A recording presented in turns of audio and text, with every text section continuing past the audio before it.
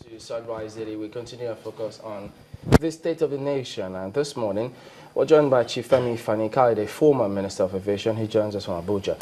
Morning, and thank you for joining us today, Chief. Now, we'll start off with your publication, and this kind of received wider circulation than the previous one. But then, why did you choose to speak up now, especially when it has to do with the fight against terrorism, where some people have said to themselves, okay, I'll wait till January and then I'll get a picture of what exactly transpired, especially after that December deadline, then I'll speak up? Well, we're just a few days away from January, and I think that it's important for us to speak up at the right and appropriate time. And I don't think it's appropriate for people to tell other people when to speak. People are dying daily in this country. A government has given a commitment to do certain things. They haven't met those commitments. Instead of coming clean and telling us the truth, they keep telling us lies. And I think it's appropriate for every true patriot and every good citizen to stand up and speak the truth as soon as possible and as soon as they believe it's appropriate. You know, when you talk about the truth, a lot of Nigerians will wonder what you call the truth, because that particular letter, I've been trying to count the paragraphs, quite a lengthy one. It touched on so many areas. What truth were you trying to bring to the fore that this particular government hasn't seen as the truth? Well, let's start with the untruths, if you like, or the lies. The President and our government came out and said a few days ago that no arms were bought by the previous administration. This is a lie. It's not true. And if no arms were bought, I wonder how the previous government could have recovered 22 local government areas in the space of a few months. So clearly arms were bought and arms were used. So the idea that no arms were bought is a lie. That's the first untruth. The second untruth is the fact that they said a few days ago that the war against Boko Haram had been won. This is another lie. The war hasn't been won. People are being killed every day. They said the war had been won on the 23rd. On the 25th, people were killed in Maiduguri. On the 27th, people were killed in Borno State. On the 28th, people were killed in Adamawa. And as I speak to you today, of the 22 local government areas that were recovered by the Jonathan administration, a number of them are back in the hands of Boko Haram today. So it's simply not true that the war against Boko Haram has been won. Now, instead of being consistent and clear in his assertions, what the president also did was to now come out and say that arms were indeed bought, but they were bought with cash. And he spoke as if he didn't understand or appreciate why arms had to be bought with cash. Let me take this opportunity to remind him and Nigerians. At the time that Jonathan was in power, there was an arms embargo on this country. We could not prosecute the war against Boko Haram because nobody was prepared to sell us arms. The Americans took that position, their Western allies took that position, and virtually everybody else in the world. Therefore, we had to procure arms on the black market. And the only way you can do that is by using cash. And I think the position of our government at the time was that no matter what it takes, whether it's cash, check, or bank transfer, the important thing was to get the arms for our boys to fight on the front. They did this, they prosecuted the war effectively, and by the time the election took place, Boko Haram was virtually non-existent anywhere in the country apart from in Sambisa Forest. These are the facts. And this is what happened at the time. So for them to come around and say no arms were bought, or for them to say that arms were bought with cash, as if there was anything wrong with that, given the circumstances, I think does a great disservice to this government, to the president, and to our nation, and to those that fought the war against Boko Haram and died gallantly fighting on the front. You know, you were a member these are some of the issues that were raised in the open letter. Chief FANI-KAYODE, you were a member of the last administration. Definitely, you should be speaking from a position of knowledge of what was bought, and you say arms were actually bought. Tell us exactly what you felt about this particular fight, especially within that space that elections were postponed, and the relative success that was experienced at that time.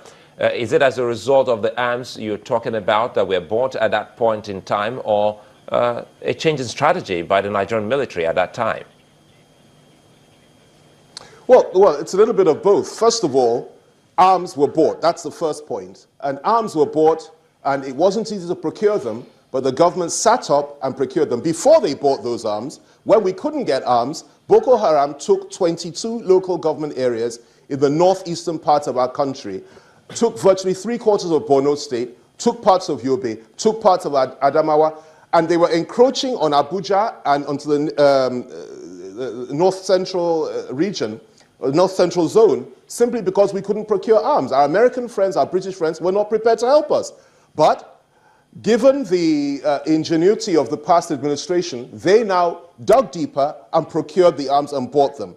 They didn't just buy the arms, they ensured that our armed forces were in a position to fight the battle and to fight the war in a very, very clinical and systematic manner. And consequently, each local government area that had been taken before was retaken. This was a victory for our troops. By the time the elections took place, we had a major victory against Boko Haram.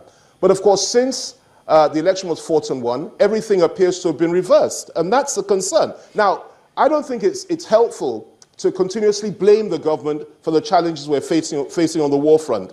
I think it's important for all of us to come together and support the government in the fight against terror, because we're all Nigerians, regardless of what political party you're in. But I think the important thing is for our government to lead from the front, speak the truth, tell the people what the challenges are, and stop saying at every point in time that the reason why they are losing the war against terror or losing territory or that people are still being killed every day is because Jonathan didn't do this, Jonathan didn't do that, and that the previous government did nothing at all. Nothing could be further from the truth. Well, just before we move on to something else, if I may just add this, yeah. The president doesn't seem to understand that it is very, very important to carry everybody along in this fight. This is not the time for finger pointing. This is not the time for casting aspersions on people's character. This is a time for all of us to come together as Nigerians and fight this war to ensure that we have a solid victory against Boko Haram. So would you say that your letter is a solidarity letter to the president? Well, I don't. I think I'm speaking as a Nigerian. I don't think it's a solidarity letter. I think it's a wake-up call, and it was written with the best of intentions, noble intentions, honourable intentions, to get him to sit up and to support his people, his army, and to tell us the truth. Because I'm sorry to interrupt you, There seems to be... Chief, permit me to interrupt you. What I'm saying is, you say we should all get up and support the president. We shouldn't politicize, the fight against terrorism. Yes, it would seem that what your letter has done is precisely that. Politicize it. Well, I would disagree with you. I think it's important and incumbent upon every responsible citizen to tell the government where they're going wrong. This has nothing to do with politics. The political aspect, I would say, is this. They politicize it by saying that their failings were caused by the previous administration. I've just given you a whole load of facts. These are incontrovertible. We won territory. They lost territory. We were winning the war. They are losing the war. He said initially, no arms were bought. Then he said, arms were bought with cash. This is what you call doublespeak. He also said, by the way, a few days later, that he would persuade Boko Haram to lay down their arms. Now, if he had won the war against terror and Boko Haram had been defeated, why is he still trying to persuade anybody to do anything? And in any case, is persuasion the way to win a war against terror, against what has been described as the most deadly terrorist organization on the planet today by the Global Terror Index? I think we need to sit up, smell the coffee, and understand that we must join hands to encourage our government to do the right thing, insist they do the right thing, and where they get it wrong, to condemn them for doing the wrong things and make them sit up. This is what democracy is all about, and this is what I think we should continue to do. It's far from politicizing it. You are an irresponsible individual if you sit by and allow things to fall apart and not speak up and speak the truth when it's appropriate and keep the government on its toes. Now, when you say that, you won back all 22 local governments within 6 weeks, because it would seem that that's how the story That's not how. That's not what a lot of Nigerians remember. Besides, some people will say that the fight against terrorism is not just about winning back territory. There's also the part of the insurgency. Are you saying that everything will be won? Is it really possible to win the fight against terrorism in that regard, especially when it has to do with insurgency? Let me refresh your memory. And I'm saying that if Nigerians or some Nigerians don't know, I would like to refresh their memories, because it's all very well, because a lot of people appear to have short memories now. The fact of the matter is, at the time of the election, that is the time the election was conducted, the previous administration had recovered every single local government area that had been previously taken by Boko Haram, back from them. We had regained our territory. That is a fact, whether anybody likes to accept it or not. The other fact, which I'd like to remind you and Nigerians of, is this, that initially, 2-3 years ago, Boko Haram was bombing in Abuja, bombing in Kaduna, bombing in Kano, bombing all over the north-central area. The only place they weren't bombing was in the south, even though they tried to do that, but luckily they didn't succeed. By the time the previous government got down to it, bombings in Abuja and the north-central, Kaduna, Kano, and so on and so forth, had stopped. And the war had been pushed into the northeast, and systematically, inch by inch, mile by mile, our army took back the northeast from Boko Haram and pushed them into Sambisa forest. These are the facts, and I don't think that we should run away from those facts. The fact that we are not in a position to say that today doesn't mean to say we didn't achieve it yesterday. And by the way, let me also clarify this. I was not a member of the previous administration. I was a spokesman of the campaign organization for the previous administration, and I'm very proud of that. And I was a member of the PDP, and I still am, and I'm a very good friend of the administration, but I certainly wasn't a member of that administration. But I am one of those that admire what they managed to do in the closing weeks before the election, and I think we should always remember that. Well, some people will say that Sambisa, which you say was an exception, is also a part of the country. So when you say that they claimed back everywhere apart from Sambisa forest, it's a part of Nigerian territory. Aside that, there is also the question. Like I said, the exception is, the exception is Sambisa. That's why I said except for. Very much part of the country. And there are reasons why that wasn't taken. But let's give them 9 out of 10. I mean, let's not get fixated about what happened in the past. Let's talk about what's happening now. The doublespeak, the deceit, the lies, the government by propaganda, and so on and so forth. Chief, and by the way, the violation of civil liberties, and so on and so forth. Chief, because the reason I bring back Sambisa is because Sambisa is happening in the now. We understand that Sambisa has been cleared by the territory. At least that's what the military says. They've cleared Sambisa forest. But away from that, you say that cash was bought on the black market with raw cash. I'm thinking about the arms was bought on the black market with raw cash. One will have to ask, were all the arms, talking about tanks, guns, were everything bought with raw cash? Well, first of all, let me just put a lie to what you've just said now, or what you say the military. It is not true that Sambisa forest has been retaken by the military. They may say that, 1 or 2 of them may say that, but that is not true. I wish it were. I'm a great supporter and a great friend of the military. I'm consistent on that, and I wish them well. But unfortunately, that hasn't happened, and other local government areas in Nigeria has been taken by Boko Haram.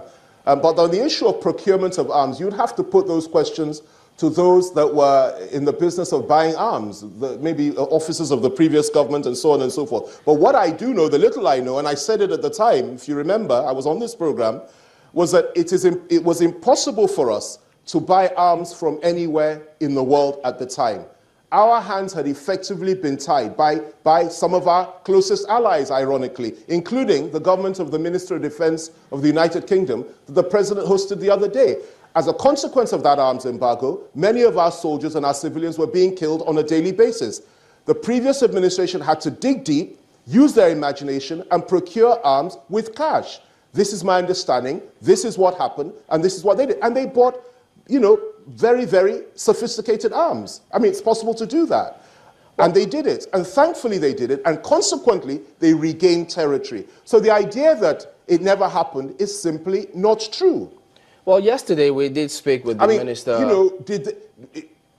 Yeah, we did speak with the Minister of Information. Sorry, I'm sorry to interrupt. Yeah. No problem. We spoke with the Minister yesterday about the same matter in the light of those recent attacks. And he said, look, what he says is that at the moment, Boko Haram cannot carry out any, in his words, spectacular attacks. You may still have suicide bombers here and there as an offshoot of how cells operate, but they have completely decimated their capacity to carry out those spectacular attacks while they continue the fight against terrorism. I take real exception to the words of the minister that said, I don't know which minister it was, Information. but I take exception to that. Spectacular attacks. They've put us, what does that mean? On Christmas Day, dozens of our citizens were blown to pieces in Borno State. Again, on the 27th of this month, December, more of our citizens were slaughtered in Maiduguri. Again, on the 28th of this month and 29th of this month, more of our citizens were blown to pieces and killed in Adamawa State. How much more spectacular does he want it to be? Nigerians are being slaughtered. People are being killed. These are human beings. Now, I don't glorify that. It's not something that I take pleasure in saying. I say it in pain. I say it with pain. And I'm saying that they need to sit up and stop giving themselves 100% pass marks and get down to the job, do the work, stop the insurgency, gain back our territory, help our military, procure the arms that they need, and by the way, they haven't bought any since they came into power, and make progress in this war. And they need to carry us along by telling us the truth, and not to say things like the media is to blame because the media is reporting these things and therefore giving oxygen to Boko Haram. Nothing could be further from the truth. The media has a duty to tell the truth, tell Nigerians what's going on, and allow them to know how well their governments are faring and what our people are going through. And I hope they continue to do that. But I have a question for you, but before that, I want to take you back. If you say you were not a member of the last administration, how did you get to know that arms were not bought?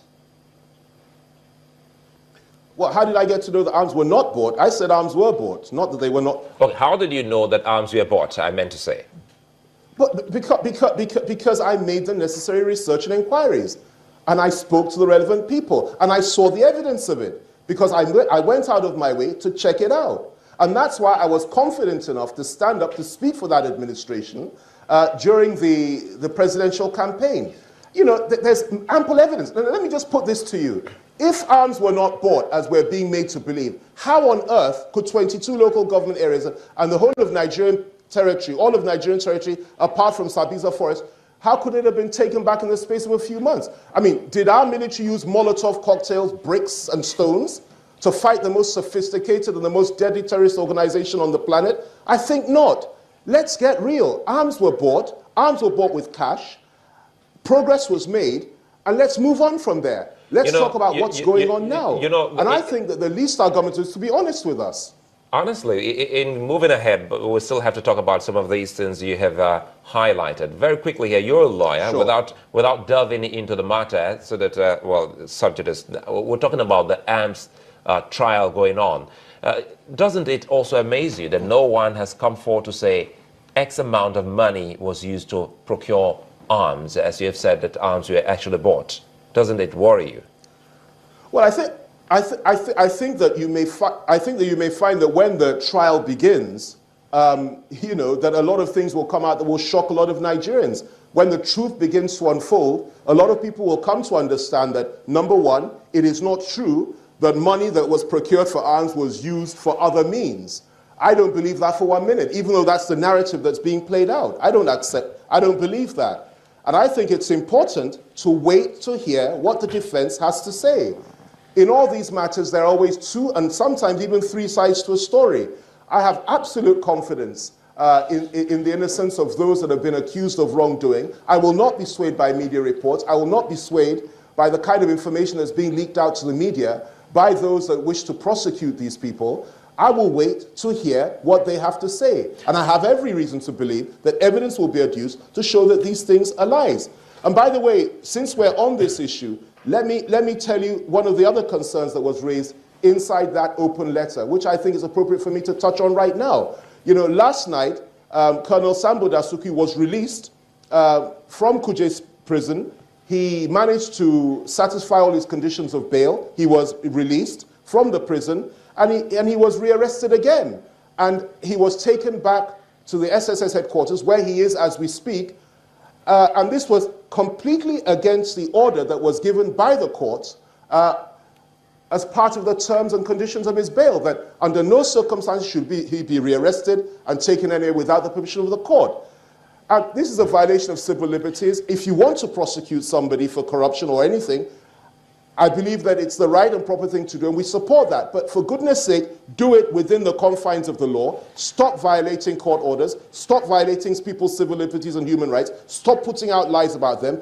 Get real, do your job, and let's see what the truth really is by going to court. I know, surely, in the days to come, the government should get a reply to some of these issues raised in that particular letter. You were also concerned about the recent development in Kaduna State, where you spoke about the issue, the clash between Shiite and the military. You spoke not quite long ago during a TEDx session where you also chronicled some of these issues of insurgency and militancy with some of the groups. If we were to go with what you spoke during your TEDx talk, don't you think that was why the military moved against this particular group, this Islamic movement in Kaduna? No. Yeah, I remember the TEDx talk very well, and I would urge those that are listening to go and listen to what I said there.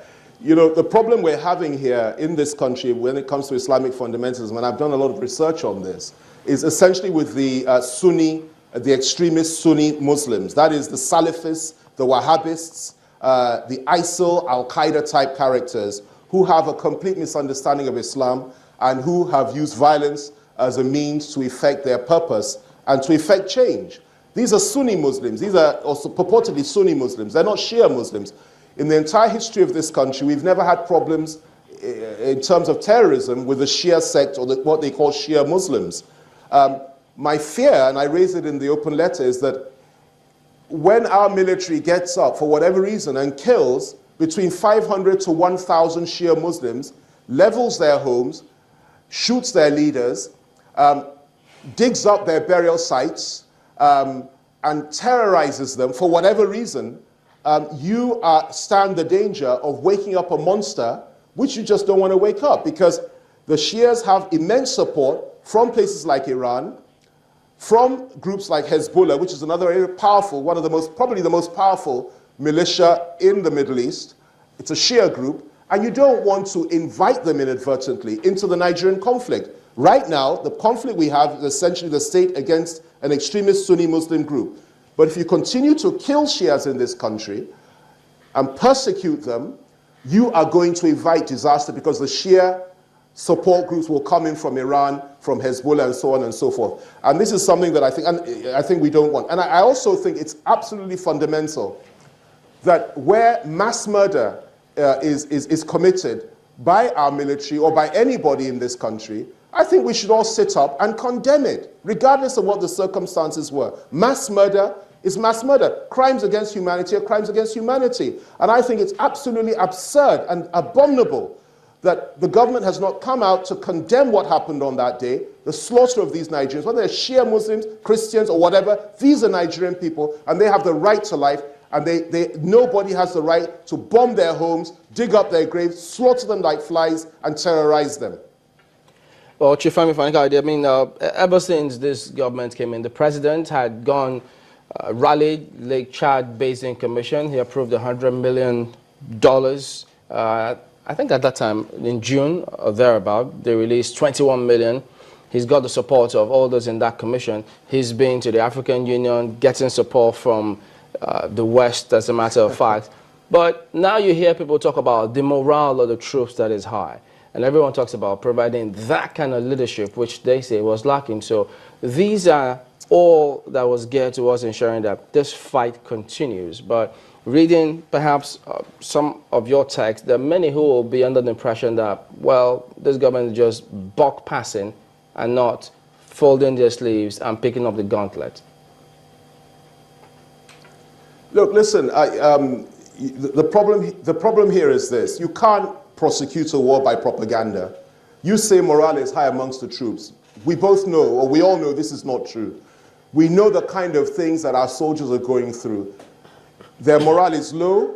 Many of them are being killed without being celebrated. Many of them are not getting paid their salaries on time. Things are not easy. And I'm a great supporter and believer in the military. I've always been. I think they deserve a better deal. You spoke about Chad Basin and money being spent here and there, and that they're making efforts, the president making efforts. Well, I wish it were all true. When this government came on board, or came into power, Chad, the Cameroonians, and Niger Republic were working with us to fight Boko Haram. Since President Buhari has taken power, the Chadians, who are a critical part of this fight against Boko Haram, have pulled out of this alliance. For reasons best known to themselves, they have pulled out, and they're not helping us in this fight anymore. That is a cause for concern. What is it that President Buhari's government has done to put them in a position where they feel they have to put out? We cultivated them. Jonathan administration cultivated them. Now we've lost a vital ally in the fight. So things are not that rosy. And I don't take any pleasure, and I do not delight in telling you this. I say this because I expect more from our government. I expect better from our president. And I recognize the fact that he was a great war hero during the time of the time that we fought in Chad, and he led our soldiers into Chad to repel the Chadians that had come into our territory to kill our people. He did so well. This was in the early 80s. And I wonder why the same man is not in a position to prosecute a war today. Let me make this last point. Just the other day, a week or so ago, Cameroonian troops entered into Nigerian territory in the name of hot pursuit. They leveled a whole town in Borno State, killed about 70 of our citizens. The government did not even acknowledge this. Nothing was said about it. And no warning was given to Cameroonians, no reprisals, nothing. And I just don't think this is the sort of thing that we should be doing. The president has a duty to comfort our people, protect our people, fight the war, lead us from the front, tell us the truth, and get down to the job so that we can be proud of being Nigerians all over again. And by the way, he should also get the local government areas that he lost. He should get them back quickly and clear the whole of Sambisa Forest. So what do we make of the command center moving to Borno State? Well, I don't think it's made any difference at all. I wish it did.